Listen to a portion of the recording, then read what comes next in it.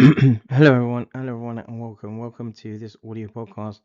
This audio podcast, as part of the Ztom N Perilous, this audio podcast as part of a Storm and Bostics production. Following on from a audio podcast looking at altered pharmacokinetics and pharmacodynamics in uremia, this audio podcast will look with this audio podcast a little bit in around the mechanistics of nephrotoxicity and renal insufficiency. So within the hostile pharmacokinetic environment, the administration of multiple potentially interacting pharmacotherapeutics serves as a direct catalyst for renal insufficiency and acute kidney injury. Multiple drug pharmacotherapeutics frequently incorporate established nephrotoxic agents that exacerbate both structural and renal functional renal insufficiency through diverse pathophysiological mechanistics. Hemodynamic toxicity is one of the most prevalent mechanisms of iatrogenic renal impairment. Glomerular filtration is heavily dependent on the autoregulation of hydrostatic pressure, which is maintained by prostaglandin-mediated vasodilation of the afferent arterial and angiotensin II-mediated vasoconstriction of the efferent arterial. Polypharmacy therefore often disrupts this delicate balance. The concurrent administration of renin-angiotensin system inhibitors, diuretics, and NSAIDs is widely or broadly recognized as the nephrotoxic triple whammy.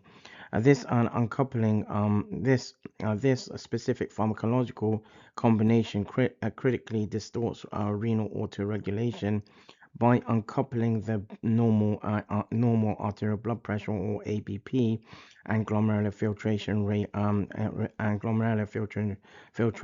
rate repertoire, thereby severely compounding the risk of pre-renal AKI.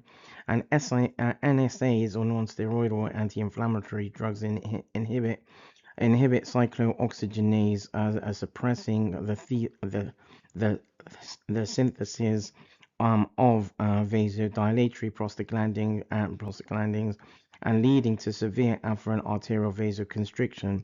Simultaneously, ACE inhibitors block the formation of angiotensin II, causing efferent arterial vasodilation, while compounded by diuretic induced intravascular volume depletion. This combination precipitates a catastrophic collapse of intraglomerular pressure, frequently resulting in acute renal ischemia and acute tubular necrosis.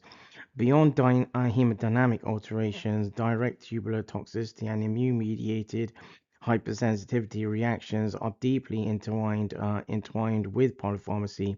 Antibiotics, for example, particularly aminoglycosides like that of gentamicin, have been well evidenced where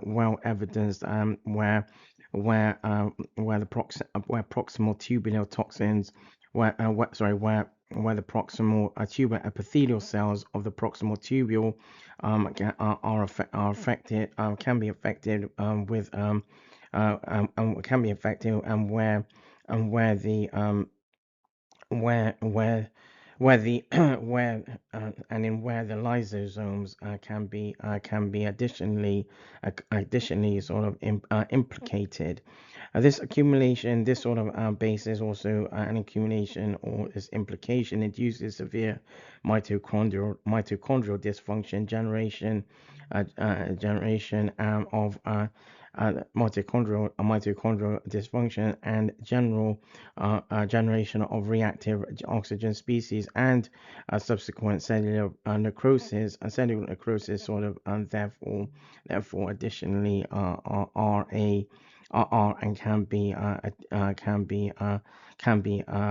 can also be implicit. So furthermore, the risk of acute interstitial nephritis is significantly elevated in aging populations subjected to polypharmacy. Acute interstitial nephritis is an immune-mediated hypersensitivity reaction that frequently occurs following exposure exposure to specific classes of antibiotics, proton pump inhibitors, and NSAIDs. Crucially, pharmacotherapeutic induced AKI is not merely a transient or benign event. Acute structural injuries initiate complex maladaptive repair response characterized by cell cycle arrest in tubular epithelial cells, cellular senescence, and the activation of interstitial myofibroblasts. Over time, therefore, these pathways promote the deposition of extracellular matrix, driving the progression of chronic tubular interstitial fibrosis and accelerating global kidney aging. Thus, repeated pharmacological insults driven by polypharmacy directly contribute to the irreversible progression of CKD. That draws this audio podcast to a close. This audio podcast is part of the Ztom N Perilous. This audio podcast as part of a Ztom Robotics production, and this audio podcast as part of this audio podcast as part of a Ztom Robotics production.